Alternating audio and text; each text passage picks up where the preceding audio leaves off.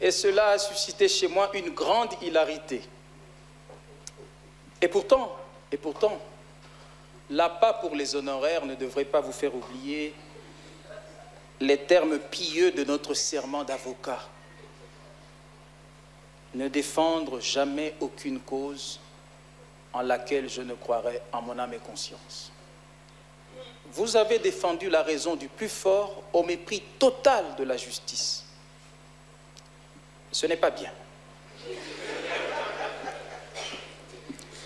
Madame la Présidente, comme chacun sait, ce qui compte en justice, ce n'est pas de dire la vérité, mais de dire toute la vérité, et même toutes les vérités.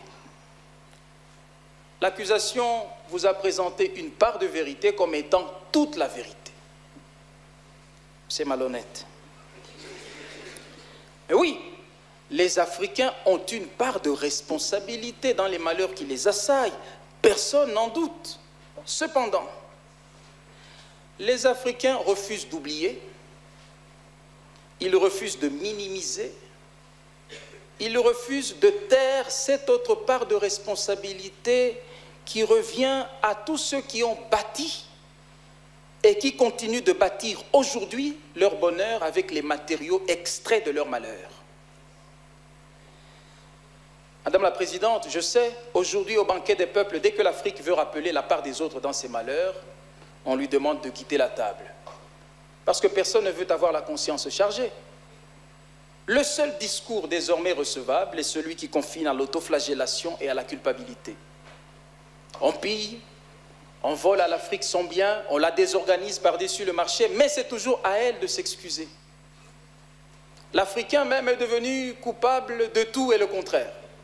Qu'il soit ouvert sur le monde, on le dit aliéné.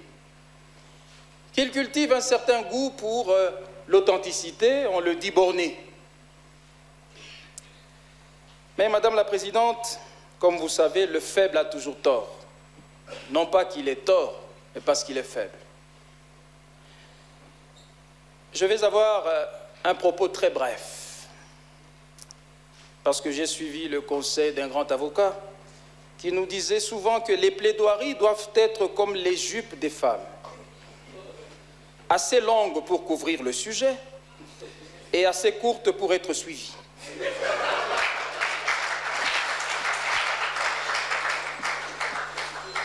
Madame la Présidente, commençons par la notion de responsabilité. Ceux qui, comme moi, ont fait des études de droit savent que la responsabilité y est un grand chapitre.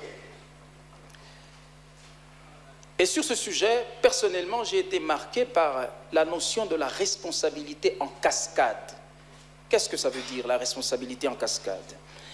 Il est des occurrences où la chaîne des responsabilités est telle qu'il n'est plus évident d'établir les responsabilités avec force clarté des uns et des autres. Je vais vous le démontrer, Madame la Présidente. Prenez cet exemple. Une jeune femme était tombée sérieusement malade. Mais à la suite d'une altercation, sa mère, sa propre mère, la priva de nourriture 2 jours durant. Son fiancé, alerté, l'amena à l'hôpital raide morte. Mais le médecin mit trop de temps avant d'intervenir. Et dans l'entre-deux, un chien, un gros chien, venu de je ne sais où, vint semer la pagaille dans l'hôpital. Et pour se sauver, le fiancé lâcha brutalement la malade qui tomba et mourut sur ses entrefaites. Et l'on posa la question de savoir de quoi, enfin, était morte notre pauvre jeune dame. C'est là une hypothèse de responsabilité en cascade. En réalité, la mort de l'infortuné est une succession, un enchevêtrement, un chevauchement des causalités difficiles à démêler. Et c'est vous dire, Madame la Présidente, les malheurs où se débat l'Afrique aujourd'hui participent de cette logique de chevauchement, d'entrelacement de liens de causalité. Voyons ce qu'on a pu en dire. L'Afrique va mal parce que, dit-on, la corruption y règne. Ah oui. Il paraît qu'elle va mal parce que la culture du travail bien fait y est absente. Soit. C'est peut-être aussi parce que notre élite n'a pas suffisamment d'ambition. Peut-être. On dit aussi que l'Afrique va mal parce que les Africains ne connaissent pas leur histoire. C'est vrai. Mais, baissons la voix. L'Afrique va mal aussi parce qu'elle a été pillée. L'Afrique va mal aussi parce qu'elle a connu la traite négrière et la colonisation. Et je vous dirai tantôt que, hélas, la colonisation n'est pas encore finie. Là est le sujet. Messieurs, écoutez-moi bien. En vérité, l'Afrique va mal à cause de toutes ces raisons. Mais, depuis un temps, et c'est là la pomme de discorde avec la défense, on dit aux Africains, c'est fini. Ils n'ont plus le droit d'évoquer ni la colonisation, ni la traite négrière. C'est fini. Ils devraient passer à autre chose. Et à la vue des penseurs qui osent rappeler cette histoire, on crie « haro sur le baudet ». On dit qu'il faut arrêter ces faux débats, il faut sortir du ressentiment. Mais non. Les Africains ne sont responsables de leur misère qu'à hauteur de 50%. Regardez-moi bien, à hauteur de 50%. Les 50% autres constituent la part de responsabilité de ceux qui ont bâti et qui continuent de bâtir aujourd'hui encore leur bonheur avec les matériaux extraits des malheurs des Africains. Et pour cause. Madame la Présidente, il me suffira de convoquer deux auteurs seulement, et ce sera tout.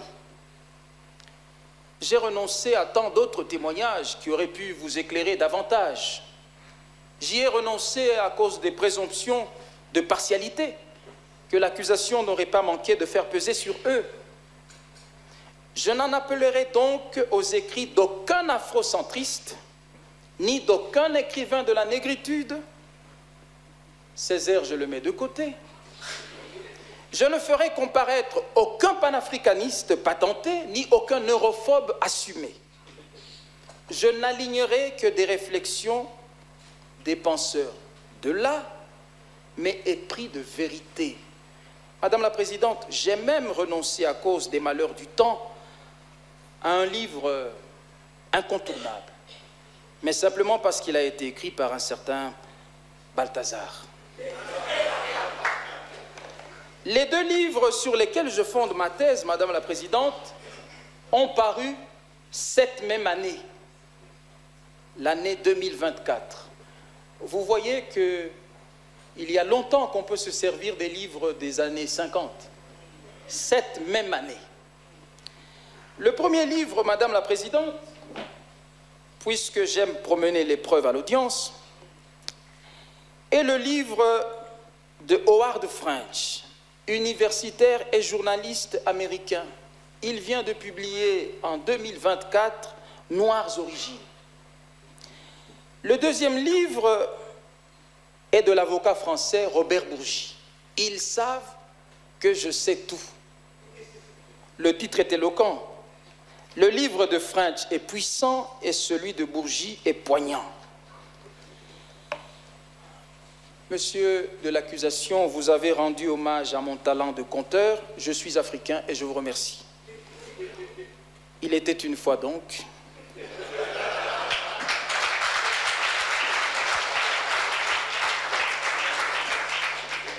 Il était une fois un royaume riche de tant d'or et de tant d'argent. Un matin, des envahisseurs pénétrèrent en ses murs, pillèrent ses richesses et réduisirent en esclavage ses fils. Ils brisèrent tous les élans entamés, désorganisèrent tout et s'en allèrent. Mais de temps en temps, les mêmes envahisseurs reviennent poser la question aux gens de ce royaume. « Pourquoi êtes-vous si pauvres ?»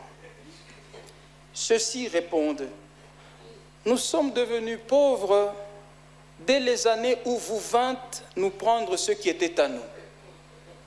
Furieux, les envahisseurs rétorquent, baissez la voix. Ne dites jamais plus ça. Nous sommes riches parce que nous avons travaillé dur, parce que nous sommes des êtres supérieurs et rationnels, c'est tout. En fait, j'ai voulu ouvrir ce premier argument par ce récit dans la mesure où il nous permet de comprendre la pertinence de la thèse soutenue par Howard French dans Noires origines. Howard y est allé direct. L'esclavage, dit-il, a été à la base de l'essor européen et de la création de l'Occident. Et il s'explique. Le travail qui a été extrait des Africains sur les plantations sous forme d'esclavage a réellement été à la base de l'essor européen et de la création de l'Occident. Howard déclare avoir voulu écrire ce livre pour contribuer à un autre récit de l'histoire du décollage de l'Occident, précisément parce que le récit actuel tente de minimiser et d'invisibiliser le rôle central de la traite négrière dans l'enrichissement de l'Occident. Il y a plus, il y a même mieux. À la question de savoir pourquoi on tente alors de minimiser et d'invisibiliser le rôle joué par l'Afrique dans la création de l'Occident moderne, Howard French répond et explique qu'en fait, toutes les civilisations cherchent à trouver leur propre mérite. Elles cherchent à mettre en exergue leurs propres qualités. Toutes les civilisations font ça. Et ce faisant, elles créent leur propre mythe. En fait, si, Européens, vous devriez admettre que votre civilisation est montée en grande partie à cause de l'exploitation de la traite négrière, il vous devient difficile de conserver votre propre valeur. Vous voyez? Vous avez compris? Au nord, les gens travaillent, bien sûr. Ils travaillent sérieusement dans tous les domaines. Mais cela n'empêche pas qu'au décollage, de reconnaître qu'au décollage de tout cela, il y a eu le pillage d'autres peuples. Savez-vous l'espérance de vie d'un esclave? 5 ans. Le poids du jour sous la morsure du soleil au travail harassant vidait les vies de leur vie au bout de 5 ans. 5 ans seulement. Alors parlez-nous de la Renaissance et de la victoire de la raison sur les croyances. Parlez-nous de 1000 inventions extraordinaires, mais parlez-nous aussi du pillage d'autres peuples. Et ne l'oubliez jamais. C'est notre rôle que de le rappeler dans ce procès. Mais Madame la Présidente, comment faire le procès de l'Afrique sans évoquer la question coloniale? Alors que la traite négrière et la colonisation se ressemblent comme 2 gouttes de sang. Je fais une parenthèse, Madame la Présidente, en reprenant cette phrase, je me suis rappelé des leçons de nos maîtres du stage au barreau. Monsieur le bâtonnier, je parle sous votre contrôle. Quand on arrive au barreau, on apprend aux jeunes avocats à plaider. Et on leur dit que la même plaidoirie peut être vendue à 1000 et à 2000 $. Et la différence, c'est laquelle? C'est qu'à 2000, on pleure avec les larmes. Donc, Madame la Présidente, si j'avais été aussi chèrement payé que Monsieur l'accusation, cette partie-là, voici comment je l'aurais rendue. Madame la Présidente, comment faire le procès de l'Afrique sans évoquer la question coloniale?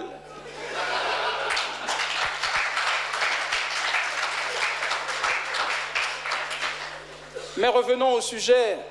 Aujourd'hui, on impose aux Africains de reconnaître que la colonisation fut un bien qui a fait du mal ou alors un mal qui a fait du bien. Mais excusez-moi du peu. Moi, je ne suis pas d'humeur à aller trouver un peu de bonté dans un tas de barbarie. Comme Césaire, je répète que de la colonisation à la civilisation, la distance est infinie. Cheikh Anta Diop disait d'ailleurs, Cheikh Anta Diop disait que la colonisation aura été la séquence d'occupation étrangère la plus courte de notre histoire, mais qui nous aura asséné le coup le plus rude. Et ce coup le plus rude, Cheikh Anta Diop le nommait l'hétéronomie de la conscience. C'est-à-dire le fait pour l'élite africaine de perdre tout sens d'initiative. Le fait pour elle de développer des réflexes de subordination vis-à-vis des normes, des valeurs et des puissances étrangères.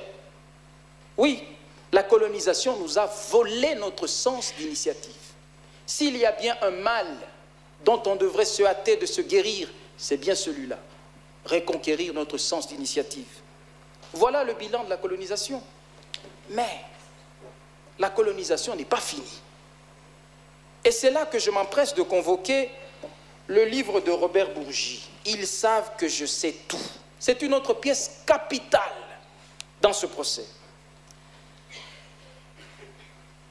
Nous sommes en Afrique en 2010. À l'issue du second tour d'une présidentielle, un candidat est proclamé élu par le Conseil constitutionnel de son pays. Mais du Nord, une voix se fit entendre. Demandez au candidat proclamé élu de capituler. L'élu résiste. Alors César déclara: dès demain, je le vitrifie. On connaît la suite. Ce sera la guerre dans ce pays-là. Et le candidat proclamé élu souffrira sa passion jusqu'à la CPI. Mais 10 ans plus tard, on nous dira qu'en fait, il était innocent. Mesdames, Messieurs les juges, comprenez-moi bien. Ce n'est absolument pas pour amuser la galerie si les Africains continuent de parler de colonisation. Ils en parlent parce que, vu d'Afrique, nous savons que le passé n'est pas passé. Nous savons que la colonisation n'est pas finie. Et comme Achille Mbembe le dit, il y a des colonisateurs qui ont décolonisé sans s'auto-décoloniser, parce qu'ils ont conservé intactes les logiques, les schémas qui leur permettaient de traiter en toute bonne conscience, comme un animal, le nègre d'hier. Nous sommes au XXIe siècle, en 2010, et les Césars du Nord continuent de vitrifier. Vitrifier. Vous comprenez la violence du mot? Vitrifier. Les dirigeants des pays souverains. Nous sommes au XXIe siècle, et comme le dit Ndayouel, les multinationales continuent de se comporter en territoire conquis, escortés de leurs complices locaux. Le pape,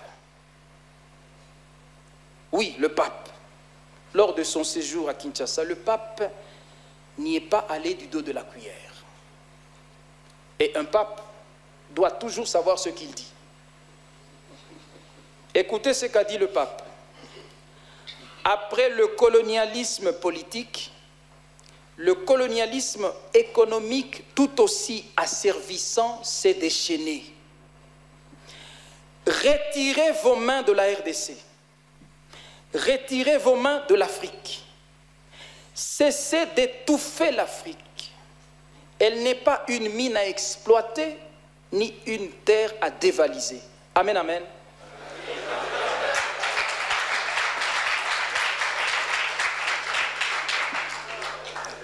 Après, on dit que nous nous lamentons trop, nous pleurons trop. Oui, nous sommes en deuil. Et comme le disait Ndayouel, on ne met pas fin à un deuil par décret. À l'heure même qu'il est, des cargaisons de déchets et des tas de détritus sont chargés dans les ports du Nord pour être déversés en Afrique, comme si l'Afrique était le trou du cul du monde. Sachez que tout cela, Madame la Présidente, ne nous fait pas plaisir. Et donc, la cause est entendue. Et s'il faut passer à autre chose, oui, monsieur l'accusation, je vous concède, une fois que nous avons dit cela, la question demeure, l'éternelle question, terrible question s'il en est. Enfin, Africains, que devons-nous faire pour sortir de nos malheurs? Le monde est sans pitié, partout gronde la terreur. De leur puissance sans mesure, nos bourreaux surveillent nos pas. à chaque fois que nous avons cru quitter les ténèbres, c'était encore pour retomber dans la nuit. Mais il doit bien y avoir une issue pour une vie bonne, pour nous aussi. Quelle est la voie? Eh bien, Madame la Présidente, sans prétention, moi je sais ce qu'il faut faire. Je crois avoir trouvé la voie. Mais avant de vous la montrer, je vous prie de me prendre au sérieux. Voici la voie. Parce que je sais, moi, ce que l'Afrique doit faire exactement. Et je vais vous le dire. Vous savez, je suis sûr. Je suis sûr et certain de ce que je sais. Et la voie, je la connais. L'unique voie. Une et unique voie pour l'Afrique, c'est la voie que je m'apprête à vous indiquer.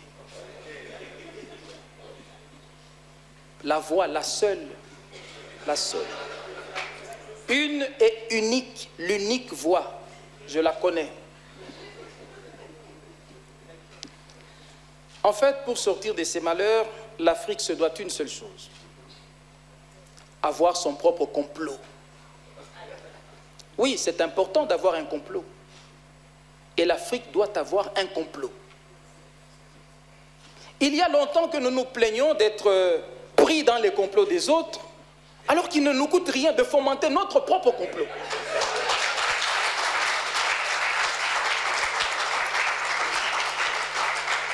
L'Afrique ne continuera pas d'être le seul continent sans complot, soumis au complot des autres. Mais s'il vous plaît, ne me châtiez pas pour le choix de ce mot. Il ne renvoie ni à la violence terroriste aveugle, ni aux escarmouches révolutionnaires, ni à de lâches jacqueries. J'ai d'ailleurs horreur de la violence. Mais je préfère ce mot complot à tous autres termes ternes, lisses et mous. Dans le vocabulaire bourgeois qui est le vôtre, vous me parleriez de vision stratégique, d'agenda politique, de programme d'action. Que non, ce sont là des sons sans aspérité ni écaille, des concepts sans âme. Il nous faut un complot.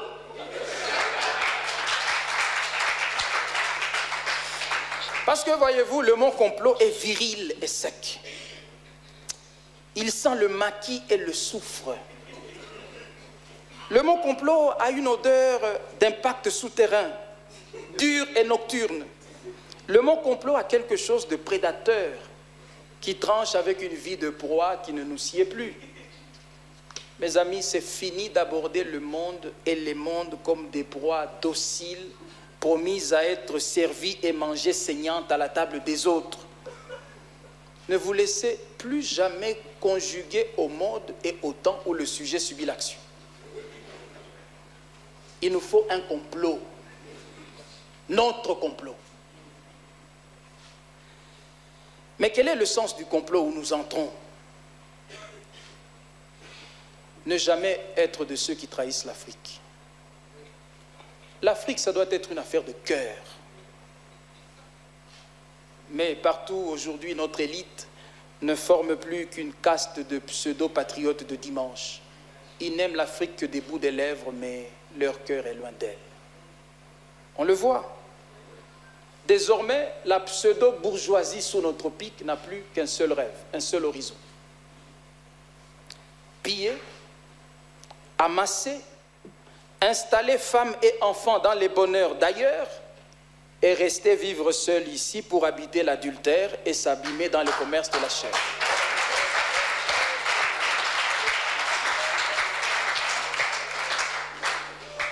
Honteuse, votre trajectoire est vile et veule. Traître, vous êtes indigne de notre complot. Quittez-le.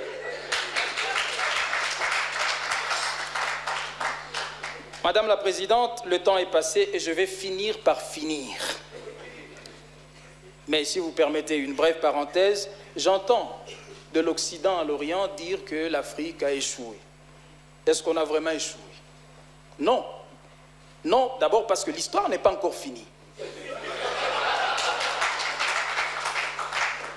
Ensuite, vous savez, la vue dépend du regard. Quand je regarde l'Afrique aujourd'hui, moi, je vois un peuple victorieux qui remonte enfin de la grande épreuve. Un peuple qui rebondit du fond de ses malheurs. Oui, aussi paradoxal que cela puisse paraître,